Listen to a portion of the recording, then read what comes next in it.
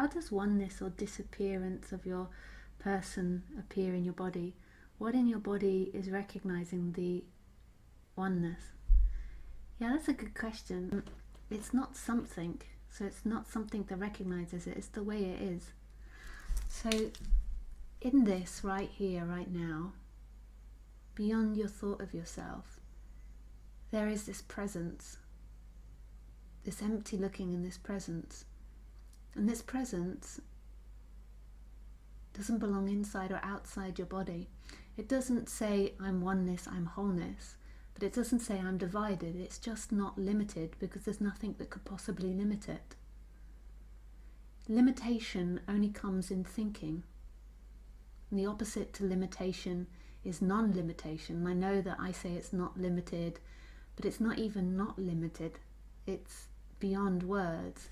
But if you come back to your experience, beyond anything you think of, there is this expanded consciousness and this expanded sense of I am.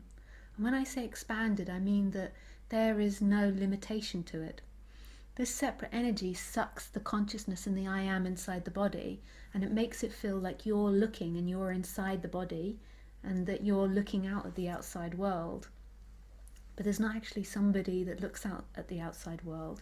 In this instant, there is looking, and the looking isn't separate from anything it sees. And the I am, the sense of existence, isn't separate from anything that appears in it. So it's not anything that recognizes this in a thought. Our thoughts can come back afterwards and we can describe it, but it's not anything that's recognized in a thought. It's actually your natural sense of being. It's the way the dogs are, the birds are, the bees are, the butterflies are, the trees are. And it's the way humans are prior to the person that thinks it's in opposites. So the way that this is recognized is only by a collapsing back into presence, a collapsing back into what's happening. And then it's seen that life is not divided. Life never had a division in it. There was never an inside and outside world. That was something that us as humans thought of, and then we began to feel. The crazy part is that's so complicated for us to imagine is this not talking about the personality. So with my dog Khaleesi, she has a personality, but she's not aware of her personality because she doesn't have the ability to think of it. So she has a very particular personality, and I think my dog Khaleesi is more like a cat than a dog. Oh, I forgot to tell you, or maybe I did tell you, I forgot. This is one part of my life that I do talk about a lot. Poor Khaleesi. If she was ever to become human, she'd maybe be annoyed with me for making her famous. I've got her tested recently to find out what her genes were, her DA was. And this is really bizarre. I picked her up in Thailand. She's a street dog, but she's 100% pure breed. I was shocked. I couldn't believe it. So she's actually a registered breed, and she's called a Southeast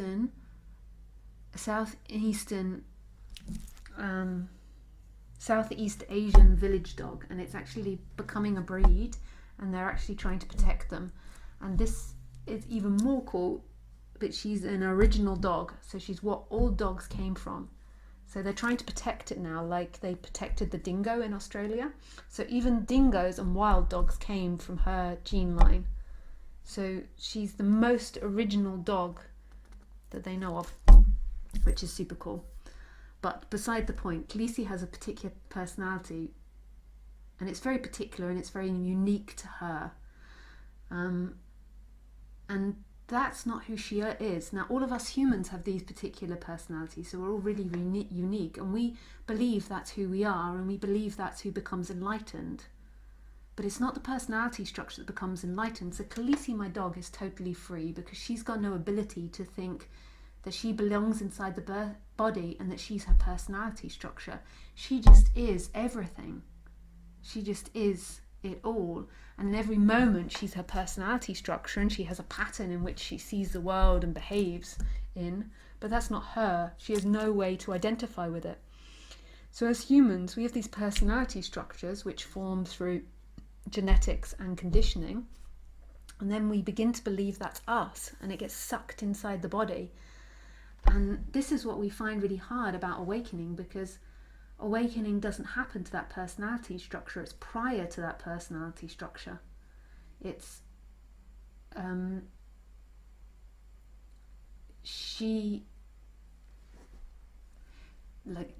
or you don't become enlightened. What happens after that collapse happens? So normally what has to happen is the human has to relax. So it has to stop being so convinced by everything it thinks and it believes. And that collapse can happen through tragedy. So sometimes people collapse and they've never been into this subject, but there's been a tragedy which has made their future unimaginable, or which has completely contradicted what they thought life was, and then this spontaneous awakening can happen. Or the other way is that you do it consciously, and you listen to talks like this, you read books, and you begin to see that what you think and you believe isn't the way things are. And as you do that, the personality and all your thought patterns begin to relax, and there's not this addiction to proving them right or believing that you're right. There's a relaxation that happens in the character. And then there can be a seeing which doesn't belong to the character. It's sort of something that's always been shining through the character, but as that character becomes less dense, that which is experiencing this presence is seen. Who you truly are is seen, but not by anyone, because the personality was always something that arose in who you are. So it's not your awakening, and it's not really about being enlightened in any way on the human level, because there isn't any such thing as an enlightened person. The enlightened person doesn't behave anyway. It's still going to see the world as this way or that way. After that has been seen, more than likely it will open up the personality, and the personality will grow and grow and expand more in line with its with the infinite nature of everything. But it's not the personality that becomes enlightened. So the recognition is by what is recognizing the sound of my voice. So the thoughts interpret and say, I'm hearing Lisa's voice, and there is a me that hears inside my ear. But actually in this very instant there is simply hearing happening. There's not even my voice and something that hears it. There is simply hearing, seeing, touching. And there's no inside or outside to that. The seeing and the seen are the same. The hearing and the heard are the same. So who is it that recognizes the sound of my voice? It's not anything that you think about yourself. It's not anything that you feel about yourself. But that recognition happens. Thank you. That means that there is something possible to do to awake inside the story of life. But there is no one. It's a very difficult subject, so it's not that there is something to do or there isn't something to do. It's beyond that. It's beyond that point. So then you've got to go to, why are you asking that question? What is being challenged in you? And what's being challenged in you is your structure of doing something to achieve something. And see that there is a person that does something and achieves something and wants to know if enlightenment is achievable for that person. But notice that that person that's thinking and believing all that is appearing in experiencing, and experiencing is there prior to that. So yes, it seems like the person relaxes, but who is it that makes the person relax? So the person relaxes, and then another possibility is shown. So if on the human level you really feel agitated and like you need to do something, and it doesn't even mean that you feel agitated, but if there's a really strong feeling you want to do something to work towards becoming enlightened, firstly know that you don't become enlightened, and that's an impossibility. But if you still want to do something, then you can keep repetitively moving your attention back to the I am, so the sense of existence. So in your day-to-day living, keep coming back to I am, this is. So you're worrying and thinking about your problems, and then you move the attention back to I am. That's number one thing you can do. Number two is understand the personality structure and what the personality structure wants. So, how do you do that? So in this moment, move your attention down to your body. Become aware of your chakra centers, which is your emotional body. So the chakras fit in very well for me for explaining the emotional body. So when you feel heartache, you will feel it in the heart. When you feel sadness, when you feel unloved, you'll feel it in the heart. When you feel love, you'll feel it in the heart. When you feel like you can't express yourself, when you feel angry and like you've got to swallow that anger, you'll feel it in the throat. When you feel connected to someone or feel empathetic or feel like you understand somebody else's dream or what they're saying, you'll feel it in the third eye. When you feel connected to something greater, you often feel like an openness that happens at the top of your head. When you feel disempowered and like you can't do something, you tend to feel it in the solar plexus. When you feel ungrounded, actually in the chakra system, they describe this last two chakras differently, but this is my interpretation of the chakra system, so I have to describe it in the way I feel it. So in the lower belly, you tend to feel in balance. You will feel connected and grounded. Out of balance, you feel fear, and it's based on your survival. And then the base chakra is sexuality. A lot of people on the base chakra just feel numbness, but to me it's sexuality and love. Not like beautiful sexuality, like love. So that's how it is for me.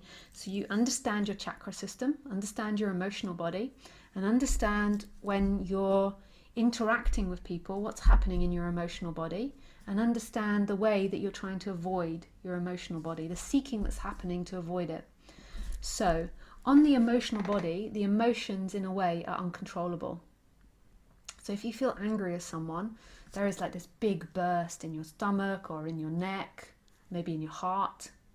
But there's this big burst of juicy anger. So when we believe we are someone, and our parents at a young age teach us that expressing anger is unacceptable. So therefore it stays in the body. I'm not suggesting you do express anger. It's not always appropriate. So it stays in the body. But then what we begin to do is we begin to make up stories about the anger, because the anger is uncomfortable for us to have in the body. If there was just an acceptance of it and your attention was put into the anger will dissipate. But we actually keep the anger in play by trying to avoid it. So if we feel angry at someone, we instantly start blaming that person. They did something to us. They aren't likable. I don't like them. They're an asshole. And this increases the anger in the body. This feels very uncomfortable for us. It's painful. So therefore we keep putting our attention in our head and in our thoughts. So we think of ways to try to get one over the person that's made us angry, how to put them down, or what they've done to us, or who do they think we are, or maybe we think we're guilty, but we put our attention up here. So what we come as most humans is walking brains, and we believe we're somebody in here and with these walking brains, and we cut off from our body. And what it does is it makes our body very uncomfortable. The body being uncomfortable in turn makes the mental thought processes become overstimulated. So we have an overstimulation of worry, anxiety, blame, guilt and shame and expectation. And we live more and more in this bubble up here. And more we come disconnected from our body, and we actually come disconnected from what's actually happening. And we live in our imagination of what's happening. The problem with living in your imagination of what's happening is that the mind is about solving problems. So therefore, you're always going to be in thinking about how to solve problems. So you're always going to need a problem. So you're going to be increasing this anxiety level because you're focusing on a tool which is always about fixing problems. So what you need to do on the human level is you can keep moving your attention back to the I am. And also the other recommendation is to become aware of what your body's saying and what your body wants. So if in front of the colleague they are really annoying you, become aware of your anger in your body. Own it. Feel it. You don't need to act out towards them, but become aware.